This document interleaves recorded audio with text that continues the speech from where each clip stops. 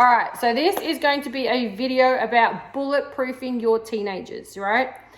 Obviously, I have two daughters.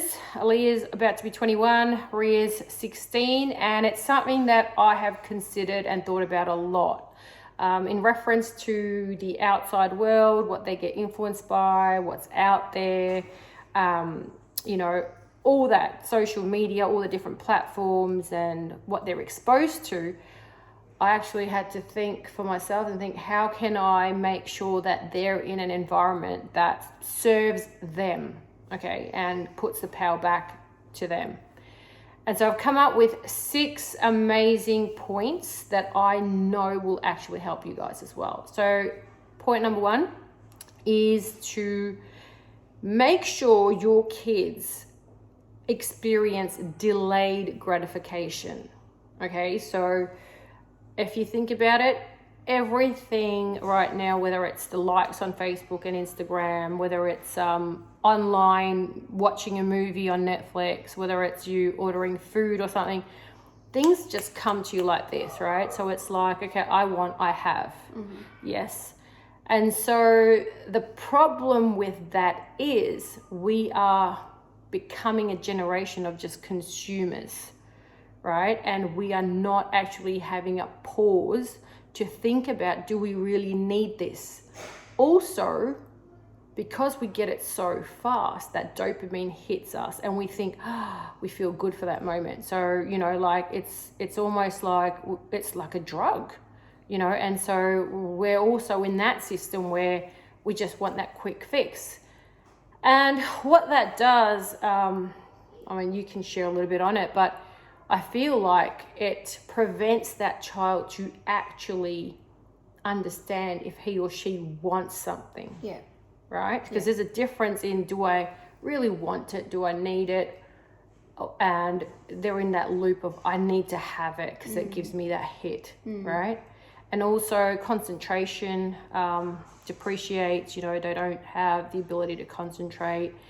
Their self-worth is also like, you know, challenged because they need people to like things.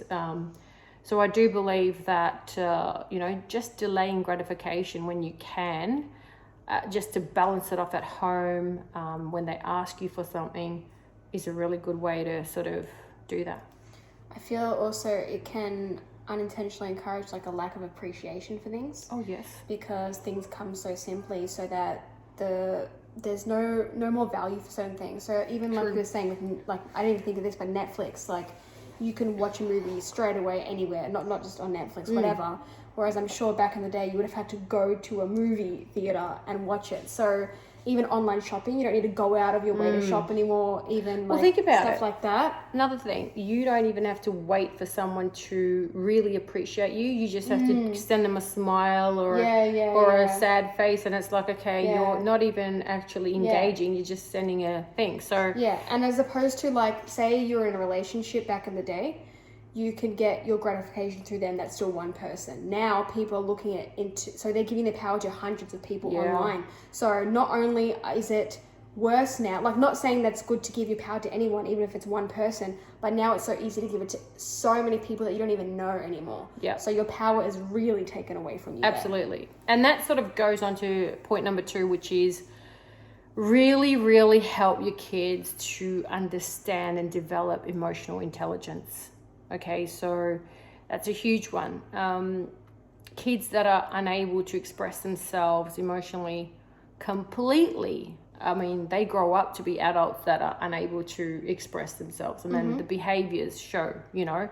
So if your kids are feeling something, you must allow them to feel without judging them or without trying to band-aid it or anything. And I feel like I have come full circle with that, because I used to be a parent that was like, no, don't cry, don't express. Yeah. Come on, man, you're tough, we can do this. But I've come to learn through my own experience that, you know, being tough is actually being vulnerable and being loving and being open-hearted and wearing your feelings on your sleeve and, you know, being able to allow yourself to feel everything and also allow another person to feel through as well. So I feel like suppressing emotions also damages quite a few things. So first of all, that toxicity stays within you. Yep. It damages your relationships because of the way you, like, say if I was upset at you and I kept it in, I'd still have that feeling towards you. Yeah. So that's another thing. And also it attracts more of those experiences.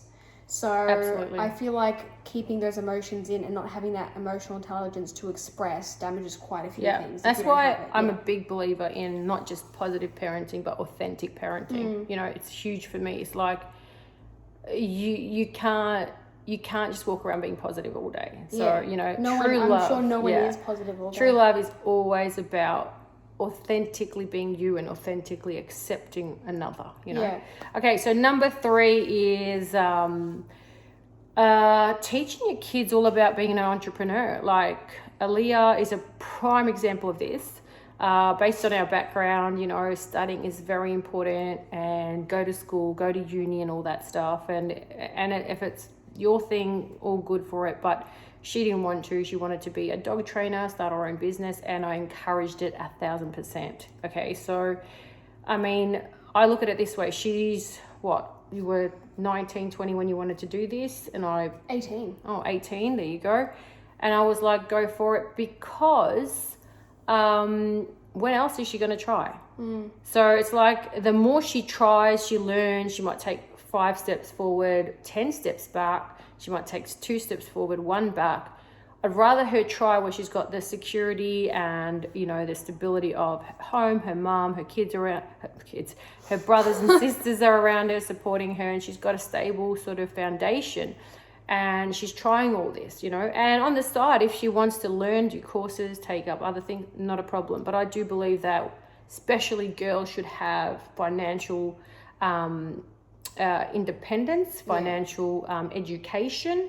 They should try and start a business very young so that they know how it works, and it also gives them a sense of self. Don't you feel different from actually running your own business and creating your own, you know, online business and dog walking business and dog training business. Look, honestly, even if I had someone else supplying money for me or whatever, for, like, say if you were giving me all, like, I didn't have to do anything, it's I add value to myself by doing it for myself. I feel like more independent. I feel like I'm relying on myself, and not just that, but I love doing what I do.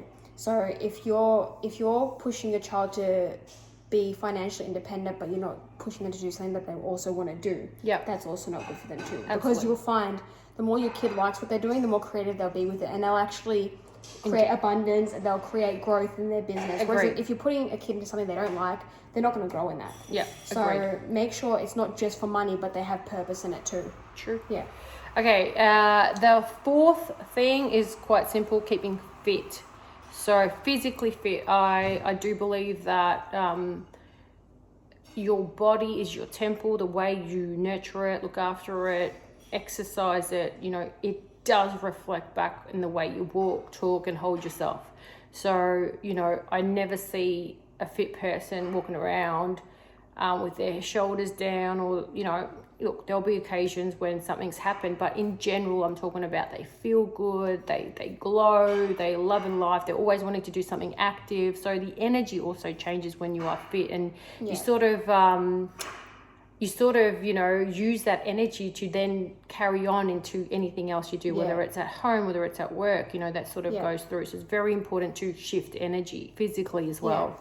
Agreed, because even doing that movement is also getting energy flowing through you. Absolutely. Okay.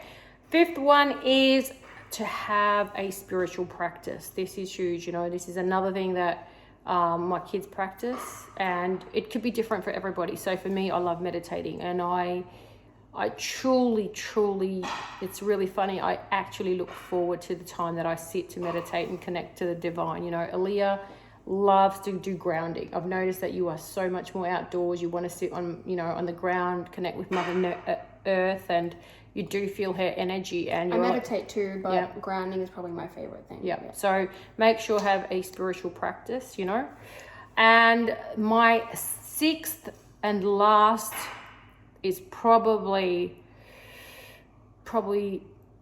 the most important. It's to say no. It's to be able to say no, set boundaries, and don't compromise who you are. Don't follow just because you think that, you know, it is to be cool. Saying no is such a powerful sentence. And if you learn to say no, you will realize the true power in that. And, you know, it sets the path for relationships, how people treat you, how you relate to with things, because it will always come from an empowered state of being rather than fear, and rather than I'm going to miss out, they won't like me, I'm not good enough. No, everything from when you learn to say no, every decision and choice comes from a place of empowerment. I feel like a lot of people, when they're young, when they don't say no, they just attract more experiences where they get walked over again and again and again. And that could be expressed through either a relationship, your friend group, or just people using you. And work. I feel like it's so important to, and no, not in an arrogant way, like, no, I'm not going to do that, but just having self-respect for yourself and saying, look, I can't do this right now. I don't want to do this right now. And not like, no, this is why I have to make up a reason. Like some people, I don't want to go out because, this happened to my dog. And blah, blah. It's just like, no, I don't feel like going out today. I don't want to. Honor your truth. Yeah, absolutely. So let's do a quick recap. So the first point was delayed gratification. Secondly was emotional intelligence. Then it was to encourage your children to be entrepreneurs or start a little business, somewhere where they learn about finances and money. Next. Keeping physically fit. Physically fit, very important. Then have a spiritual practice. And the last one? Say no when you want to say no. Say no. So I hope these tips actually helped you. I have truly applied these with my kids as well and myself. So I hope they will help you guys as well. Well, they will, definitely. Yes. And the thing is as well, you'll notice, especially in this time, everything's been up and down. If you stay centered in any situation, it won't affect you. Absolutely. So cheers, guys. And until next time, bye and have a great day. Bye. Have a good day.